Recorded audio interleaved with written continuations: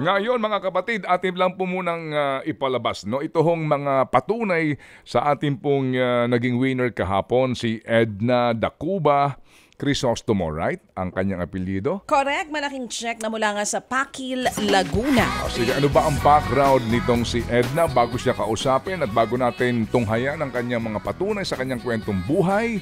Dahil ngayon po, tatawagan natin siya gaya po ng ating pangako kahapon kapag siya po ay tumugon sa ating lambing. Kami magtutuos this morning. Okay, go ahead.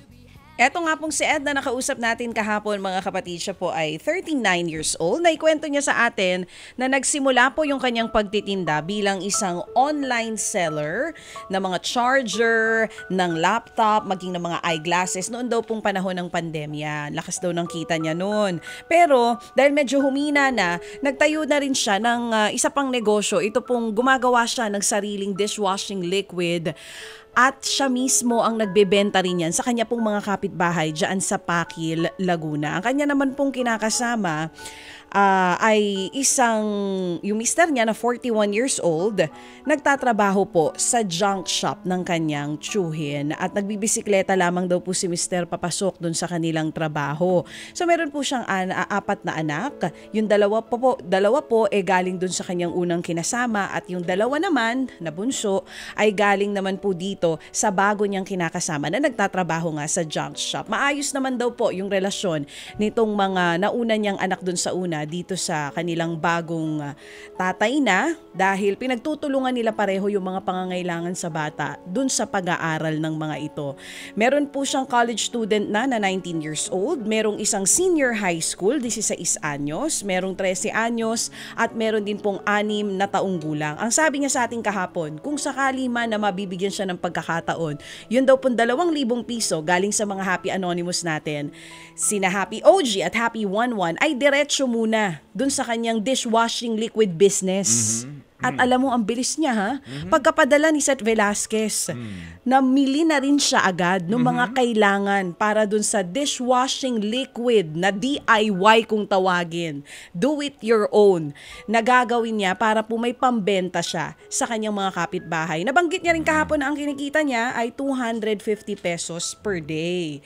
So, eto po mga kapatid, meron siyang pinadala agad sa atin ng mga katunayan dun po sa kwentong nabanggit niya kahapon. So, sa lahat ng mga nakikinig at nanonood, eto po, panoorin ninyo. Good morning po, Sir Ted, DJ Chacha. Bali, ito po yung mga nakadisplay po sa tindahan ko. Ito po yung mga sari-saring ino-online ko. Mina-market ko po siya through posting sa buy and sell po para po mabenta din. Loading po sa mga cellphone tsaka pa nagtitinda din po ako ng yelo. Dito po mismo yan sa inuupahan ko pong bahay. Bali ito po yung mga ginawa kong dishwashing liquid. Ilang bote pa lang po yan kasi gusto ko po sanang madagdagan pa para sa ibang scent yung mga dishwashing na ititinda ko. Ayan ang litrato ni ate. Nasa likod niya, background niya, yung mga dishwashing liquid na siya mismo po ang gumagawa. Ito naman po yung kanyang mister. Napapasok na sa trabaho. Ayan, di ba? Bisikleta niya? Yes po. Opo. At papunta na ho sa junk shop. Totoo po na nagbibisikleta. Ito ho yung junk shop na pinapasukan ng kanyang mister. Patunay po sa katotohanan ng kwento po nitong si Edna. Ayan. Ito ho yung mga sa junk shop pa rin. Oo, yung junk rin na truck na naghahakot ng junk. Kitang-kita po. Ito naman litrato ng istante. Na binili. Nabili na ba ito? Bibili pa lang. Bibili pa lang ang alam natin. Ano? At ito yung picture ng anak. Ayan. Ito ba yung high school, no? Ito yung senior high school na 16 years old. Okay. Ito yung college na 19 years old na. Ayan. At ito naman po yung picture din ng isa pang anak niya na 13 anyos. Okay. Ayan. So ito po yung loob ng kanilang bahay. Makikita po natin kung gaano ka-simple yung kanilang tahanan. At ang kanyang bunso na ang cute-cute 6 years old na po. Babae po ang kanilang bunso. Okay. So yung estante kanina, pagka daw nakaipon siya, yun daw ang ano niya, bibilhin niya para maidi-display niya ng maayos yung kanyang mga kailangan niya ng dishwashing estante. liquid. So ito naman ang katunayan na natanggap na po nila kahapon ang perang pinadala ni na Seth at ni, of course, ni Patis. Kasama natin si Patis dito sa kay pagpapadala. Patricia Gloria. Ayan. Alright. Walang duda mga kapatid. Ano po? Dito nga sa kanya pong kwento, sa kanyang kabuhayan, napakahirap ng ganito pong sitwasyon. Meron kang college, meron kang senior high, practically 4 na nag-aaral mong mga anak. Yung isa po ay nasa college na. Bagamat ito po ay sa isang state college ang kanyang pinapasukan. Sige nga, kausapin nga natin si Edna. Hello Edna, good morning. Good morning po, Sir Ted. Wow, impressed kami sa sipag mo, Mrs. Oh, Thank you po. yung iyong mister, ano pangalan ng mister mo? Aldrin Velasquez po. Pakiulit. Aldrin Velasquez. Si Aldrin, magkano sweldo niya? Ano po siya, Sir Ted? For 450 po a day. Kasi Laguna rate ito, no? Opo. Pero mas maba, 450 a day. Opo, pero pagka po may biyahe naman siya, bali bukod po yung yung bayad sa kanya. Pag may biyahe, so may dagdag sa pagiging driver. Opo. Okay, and magkano upa nyo sa inyong bahay dyan? Ano po, 1.6 po. Oo, kuryente mo magkano? Ang kuryente po namin, Sir Ted, umabot po ngayong buwan kasi napakainit ng panahon. Umabot po kami ng 800. Oo, tubig mo? Tubig ko po, mataas po yung 300 plus.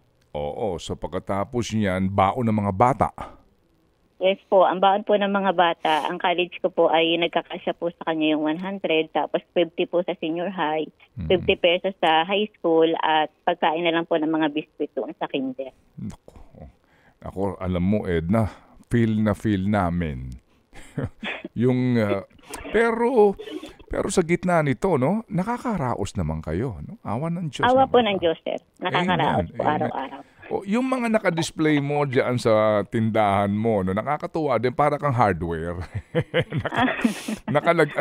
Saan mo binayaran mo ba yun ng cash o consignment din?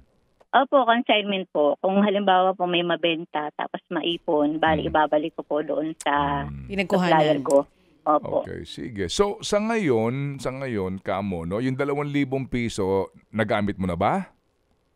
Naghihintay pa po ako ng deliver pero confirm naman na po yung order ko. Baka po bukas o makalawa. Opo.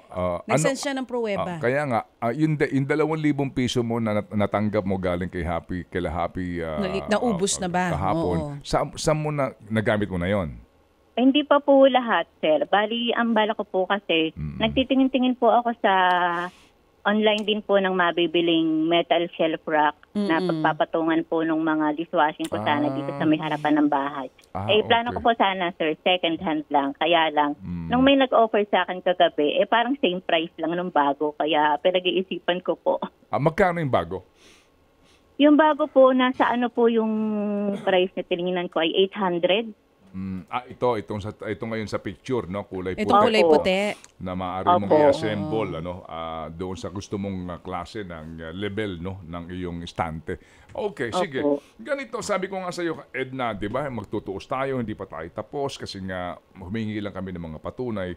At dito naman nakita nga namin, no, ang katotohanan and yung paghanga namin sa iyong sipag, no. Thank you po. Ano sabi ng mister mo sa iyo nung nalaman niya ba na sumali ka? Ano po, nung umalis po siya kahapon, hindi ko po sa kanya muna sinabi. Bali, nung pag-uwi niya na lang po nung gabi. Ano sabi ni Aldrin? Kahapon po, meron po ako pinakisuyuan doon na katrabaho niya. Bali, nagpa-video lang po ako nung nung ginagawa niya doon na sandali-sandali lang. Kasi sabi ko baka mamaya mapuna ako nung pinaka-bossing nila maitanong kung para saan. Kaya ayun, sinaglit ko lang po talaga kahapon. Okay. Tapos sinabi ko po sa kanya kung para saan yun nung umuwi na po sa kagabi. Sige, itong panganay mo, ano ang kanyang kurso? Ano po Hospitality? siya? Hospitality management po. Ito yung mga HRM noon. Oo. So, ito yung mga magtatrabaho sa hotel soon, ganyan. Opo. Ngayon ba may pasok siya? Nag-iintindi po sa ngayon kasi may klase daw po siya ng 10. Okay. Sige, ganito. Nakikinig ka lang sa radyo? Nanonood po ako, Sir Ted, sa RPTV. Okay, sige, ganito. Diyan sa negosyo mo, yung dishwashing na yan, dito ka mo sa online mo, pagbili ng mga gamit na ito na consignment, mga magkano kailangan mong puhunan? Siguro po 5,000, 3,000 kaya na pong palaguin yun. 5,000 kaya mo nang palaguhin. Opo. O, sige. Kung dodoblehin ko sa 10,000, Wow. Sobrang thank you po. sa 10,000. O, at kung bibigyan ka ng 10,000 ni Happy Ninong tsaka ni Happy Anonymous, saan mo balak gamitin? Ngayon pa lang, anong kaisipan mo dito? Ano po, magdadagdag pa po kasi ako ng puhunan para sa loading. Naglo-loading po kasi ako dito. Okay. Opo. At saka po sana, kung pwede, maisingit ko po yung printer ng aking panganay. Printer. Opo. Para sa school, yung para magamit nila sa Opo, eskwela. ma'am. Kasi po, ang dami po lagi nilang pinapaprint. Minsan po humihingi siya sa akin ng pambili ng mga typewriting. Umaabot din po ng 50 pesos, isang bilihan lang. Totoo. Ganun po karami na Tsaka pwede mo na rin gawing business yun kung sakali, no? Opo. Magkano ba printer? Magkano nga ba ang printer ngayon? Wala po akong idea sa ngayon, ma'am. Parang mga 3 o Hindi, 5,000. Hindi, may kamahalan din ng printer. 3 to Depende. 5,000 pesos, no? Parang ganun ang presyo sa huling check ko. So, kailangan mo ng printer. Yun po sana, sir, ang talaga kailangan ng mga estudyante ko sa ngayon. Okay, sige. Ganito. Oo. Bigyan ka namin 20,000 piso. Wow. Wala. Bili kang printer, bili mo yung istante, tapos idagdag mo dito sa iyong dishwashing. Yan, business. Thank you po. 20,000 galing kay Happy Ninong. Nag-aambag-ambagan sila. Si Happy Anonymous. At mga happy na humahanga sa iyo. Para makabili ka ng printer agad-agad, no? At makasiguro ka din na maliban sa pangangailangan ng anak mo, baka magamit mo rin sa negosyo. Opo. Malaking tulong na po yan sa akin, sir. Tsaka sa mga pag-aaral po ng mga bata. O sige. Alam ko naman na nag-iipon-ipon din kayo ng mister mo. Pero matanong lang. Opo, kailangan po talaga self-help pagka po may estudyante. Parang kung sa kasabihan, kailangan may bulsa ka sa balat. Kasi dumadating talaga yung pagkakataon na may kailangan akong bayaran, may babayaran akong libro, may kailangan akong damit. Hindi pwedeng wala akong hawak lagi na pera. Oo. Gaano kahirap kitain ng 20,000 pesos dyan sa iyong negosyo na yan? Matagal-tagal din pong ipunan yan, sir. Lalo ngayon na may pasok yung mga bata. Talaga nakakapagsingit man. Kasi nag-aalkansya kami kahit papano. Nakakapagsingit man. Siguro makapaghulog ako sa alkansya ko ng 50 pesos a day. Malaking tulong na pag naipon. Oo naman. At saka, naku, Edna, mahirap magkasakit. Naku po, may sakit sa pamilya, di ba? Ayan, totoo po yan, sir. Isa pa po yan sa panibagong gastos talaga. Pag nagkasakit, sabi ko nga po sa araw-araw, basta maayos lang sila, malusog, walang may sakit, okay na. Aabanti na ka. Hihinga na tayo kahit paano. Amen. Sige. So, padadalang ka namin ng 20,000 piso. Uulitin lang namin na hindi ito galing sa amin, sa aming programa. Hindi ito galing kay Ted. Huwag ka na magpasalamat sa akin, kay Chacha. Ito'y galing sa mga tao na hinahanap ka. Yun ang sabi ko sa iyo kahapon, di ba? May mga tao na hinahanap ang tulad mo. May mga tao kasi na, alam mo yun, yung kailangan lang ng break, kailangan ng pakakataon. Yung iba kasi nangungutang pa sa Bombay, di ba? Yung iba nangungutang pa sa kung saan-saan, sa mga lending na ganyan, malaki ng tubo. So dito, ito nga yung pagkakataon. Kaya ang pasalamat sa Panginoon at sa mga taong ito na hindi nagpapakilala pero gustong tumulong sa mga tulad mo. Sige, go ahead, Edna. Opo, maraming salamat po unang-una sa Diyos sa programa nyo po, Radyo 5 at sa TV5, sa inyo po na bumubuo dyan sa programa. Tsaka lalong-lalo na po sa mga Happy Anonymous na patuloy pong tumutulong sa mga nangangailangan, lalo tigit po sa amin na may mga estudyante pinag-aaral at talagang halos ikinagapang araw-araw. Sana po mabigyan pa po kayo ng lakas ng katawan, more blessing pa para po mas marami pa po ang matulungan ng katulad ko. Amen. And Edna, salamat din sa iyong inspirasyon muli na ibinahagi sa aming lahat dahil ikaw din ang dahilan kung ba't kami gumigising ng maaga. Ang mga maraming salamat din po sa inyo, Sir Ted. DJ Chacha, maraming salamat po. Amen. Amen. O sige, so balitaan mo kami doon sa printer. Ha? Opo, sir. Opo. Sa lalong madaling panahon po. Yes, ma'am. At saka kung sakasakali man, gusto ko ring, kung malapit-lapit ka lang sa amin dito, baka kukunan kita. Gusto kong subukan yung dishwashing mo. Ay, wala po problema, sir. May may parating na po eh. Gusto kong masok. Recommended naman po kasi po sariling gawa naman. Kaya, DIY ni ate. Gusto kong masubukan yan. Okay. Sige. So again, Edna, salamat na marami sa iyo. Abangan mo yung tawag na naman ni Patis, saka nitong ni Seth at saka ni Dimple para sa ating ugnayan. Ulit, okay? Opo, sir. Maraming salamat po. Maraming salamat po ulit sa lahat. Amen. Mabuhay ka, Edna. Mahigpit na yakap sa iyo at sa iyong mga anak. Ted Filon at DJ Chacha. Ngayon, nasa Radyo 5, 92.3 News FM. Monday to Friday, 6 to 10 a.m.